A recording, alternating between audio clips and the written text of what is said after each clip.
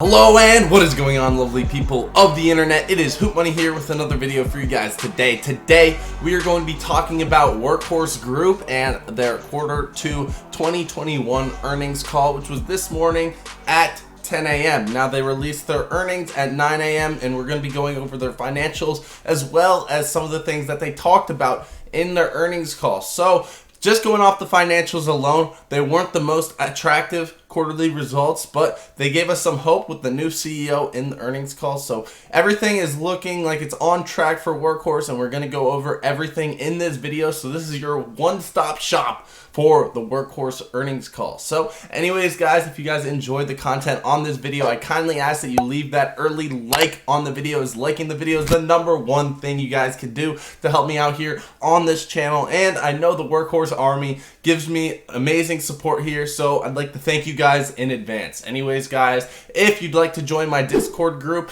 we were talking about the earnings call this entire time this morning, so if you don't want to miss a beat about Workhorse, definitely join that Discord group. The link is in the description or in the pinned comments section, alongside the link to sign up for public, where you get up to $70 in free stock as long as you sign up and deposit at least $1. So guys, without further ado, let's get right into the video.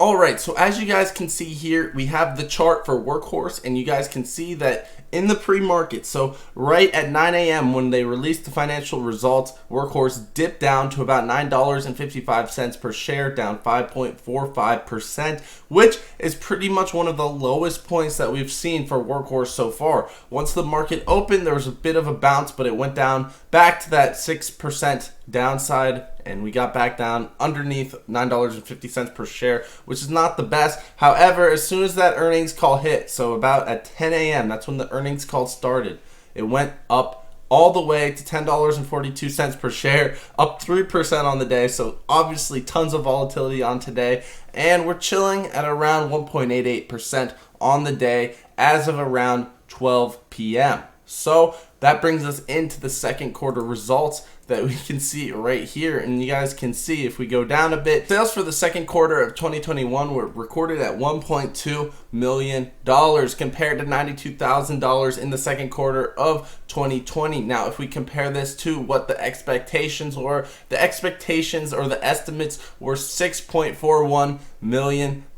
So they did miss on revenue by about $5 million, which is not the best news overall, and that is likely why the stock took a dip before the earnings call this morning. The increase in sales was primarily related to an increase in trucks delivered. There was an increase of 14 trucks delivered in the second quarter compared to 1 in the same period last year. So they delivered 13 more trucks than the same period last year. Now, the rest of this financial statement has to do with cost of goods sold, selling, general, administrative, research and development, other losses, net interest expenses. Guys, I'm not too concerned about their expenses right now, as they are in a good cash position on their balance sheet, and they are pre-revenue, pre-earnings company, so I'm mainly focused on the revenue. So I'm not too happy that they missed on revenue. They are down about $5 million on their estimates, but their earnings call with their new CEO did give us some hope, so let's get into that right now.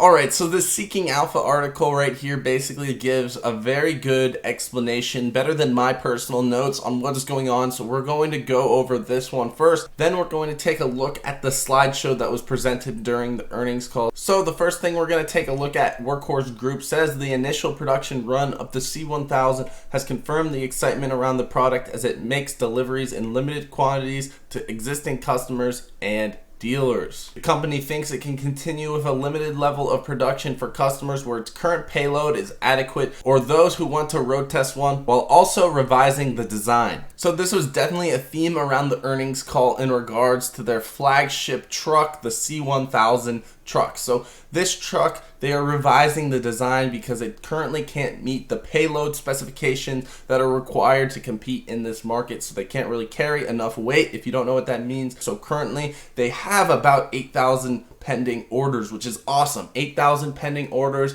is absolutely insane. but they need to raise this payload, so they have to revise the design of this truck in order to meet those criteria so that they can actually get out these trucks to their customers. Because as is, some of the customers might enjoy the design, as they mentioned, and they will be able to deliver those trucks where payload is not as much of a necessity. But for the other clients, they are going to need to revise this payload. So they still have those 8,000 orders, so they still have that future pending revenue for the company. But in the current quarters, they are not going to be able to meet that, as they need to revise the design of the truck, and they should be getting answers by the next earnings call, which is in November. And the CEO made this very clear that by November, the next earnings call, they should have a very good idea of where this C1000 truck is heading and the design around it. Workhorse CEO Richard Dotch plans to conduct a thorough review of all aspects of the company's operations with the goal of developing a new long-term strategic roadmap to address and improve trucks and operational capabilities by Q4 of this year. Workhorse is making the transition from an advanced technology startup to a leading manufacturer of pure electric-powered last-mile delivery solutions, which is no small task. This is another thing he kept reiterating throughout the earnings call, is that they're coming from being a small technology startup to being this huge EV company that has all of these orders, and they have to go from doing the small tech side of things to completely revamping the production and being an actual auto manufacturer, which is definitely no small task. Going from having just the technology, the prototype of this electric vehicle, to being a company that has to produce thousands and thousands of vehicles is definitely something that's hard. You need the infrastructure in the company, and thank God the CEO, Richard Dotch, has a background in auto manufacturing, so this is definitely something that he's capable of doing for the company, and I'm excited to see where the future heads. Workhorse Group had approximately $156 million in cash at the end of the quarter. Since quarter end, Workhorse has sold 72% of its ride ownership shares and is expecting proceeds of nearly $79 million. So this is kind of funny because I joked around in my Discord group, which you can find the link to join in the description or pinned comments group, but I joked around with them saying that, oh, them selling Ride is the most bullish thing I've heard,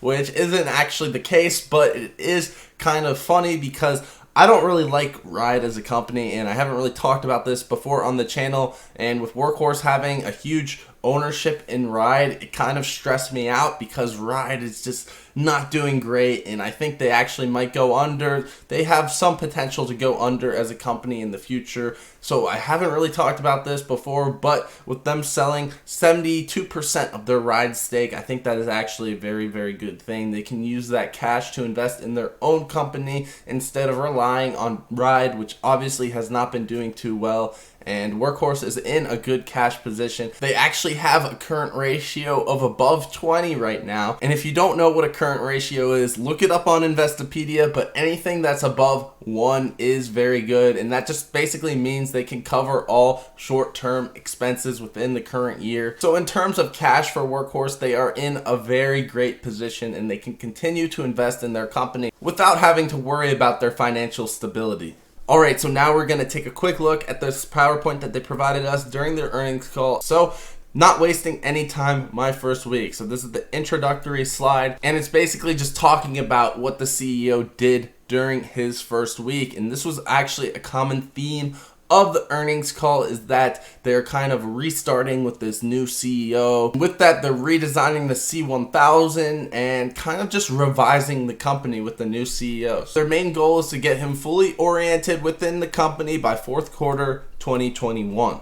Here on the third slide, he talked about why exactly he wanted to join the Workhorse team. He said that they're the clear technology leaders in the last mile delivery segment, both in electrified vehicles and drones. And I briefly talked about this in my last video on Workhorse, how their drone technology is some of the best. It rivals Amazon as well, and we're going to talk a bit more about their drone technology at the end of this PowerPoint.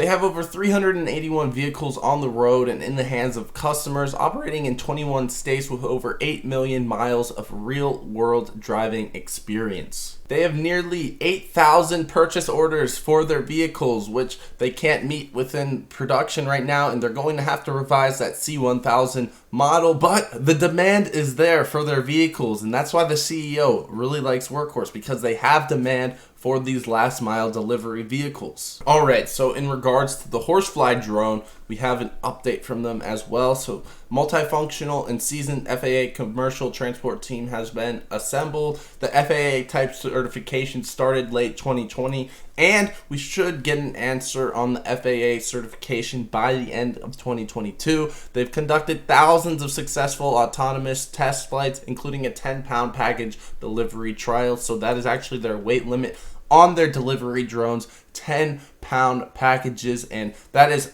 2 times as much as Amazon's delivery drones. Amazon has a weight limit of 5-pound packages, so this is awesome. And you guys can just see how big of a package that they can deliver with these drones. So I'm very bullish on that. And then they have opportunities exist to expand product portfolio for commercial applications beyond last mile delivery. And this is awesome because currently they've been advertising their drone as a part of their truck. So the drone launches from their truck as part of their last mile delivery. But if they're expanding beyond just last mile delivery, this opens an entire new market.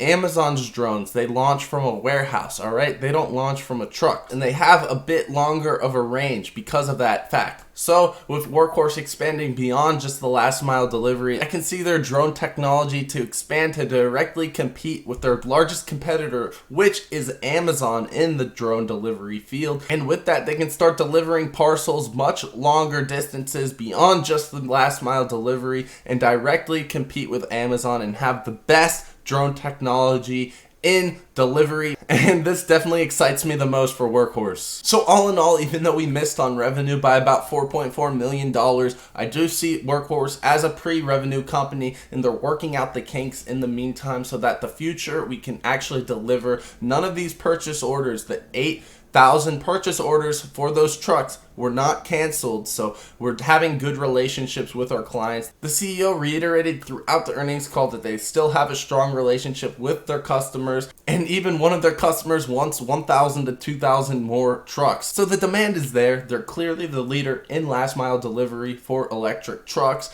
and drone technology. So all of the expected future revenue is still there, just they're deferring it to the future rather than the present time period, which is fine because we're still growing at an extremely rapid pace. Year over year, revenue is up. We sold 14 trucks in this past quarter compared to 1 truck in the same quarter of 2020. So although it's not as fast as anticipated, it's still growing and they're still working out the kinks. They just got a new CEO just 1 week ago, so they're going to be figuring out more and more, and we should get a clearer picture of this company in the next earnings call in November. So with all that being said, that's about it for the video. I hope you guys have enjoyed. I hope you guys learned something about Workhorse, and if you didn't pay attention to the earnings call yourself, this was the one-stop shop. So if you guys can leave a like on the video, that would be highly appreciated. And that's about it. I hope you guys have enjoyed. Peace.